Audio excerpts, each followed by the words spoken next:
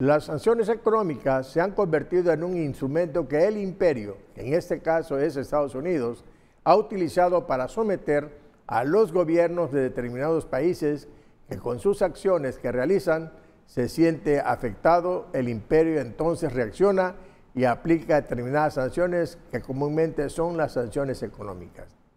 De estas sanciones económicas que ha aplicado el imperio, conocemos una de las más largas de la historia que data de 1960. La sanción económica que fue impuesta a Cuba, que la ha mantenido en la pobreza más extrema y lacerante que haya vivido sociedad alguna. Otra, la que impuso a China porque vio afectado su comercio internacional, ya que este país se convirtió en el mayor exportador del mundo. La que impuso a Rusia porque esta nación defendió sus intereses geopolíticos en Ucrania. La que aplicó a Irán y Corea del Norte porque se vio amenazado con su desarrollo nuclear. Estas son las más conocidas. Las sanciones económicas son medidas o penalizaciones comerciales y financieras aplicadas por uno o más países contra un Estado o país, grupo o persona, y se usan como una herramienta principalmente geopolítica, castigando las acciones de determinados estados o como un elemento para perseguir la delincuencia. Estas medidas pueden incluir barreras, aranceles, bloqueos y limitaciones financieras que se imponen a los estados, organizaciones o individuos.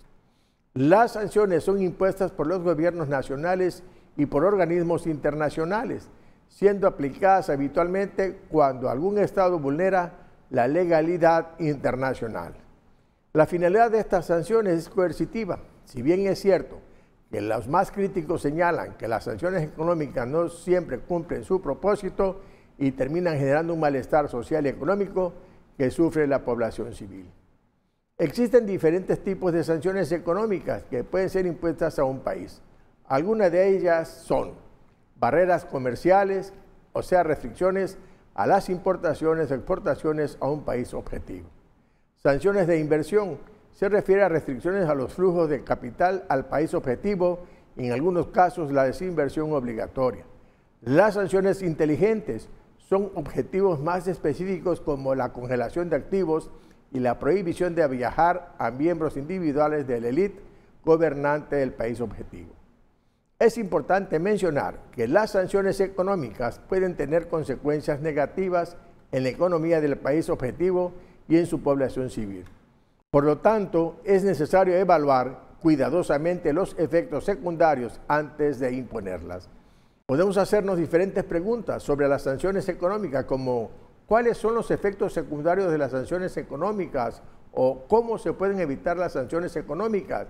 ¿O qué países han sido objetivo de sanciones económicas recientemente? Dicen los que las aplican, los motivos que llevan a implementar una sanción económica son aquellas actuaciones contrarias al derecho internacional o una serie de acciones que pongan en peligro a un determinado país o grupo de países. Su finalidad es contribuir a castigar el terrorismo, defender la democracia y los derechos humanos y combatir el tráfico de drogas. ¿Cuba es terrorista, por ejemplo? Se ha cuestionado en numerosas ocasiones la efectividad de las sanciones económicas. Quienes se oponen a estas acciones señalan que la población civil es la gran damnificada de bloqueos, embargos y restricciones al comercio. ¿Quién aplica las sanciones económicas? Lo hace Estados Unidos, sin importarle el sufrimiento del pueblo que vive la sanción económica. De este tema había que cuestionar a los gobiernos que lo apoyan. Hasta pronto.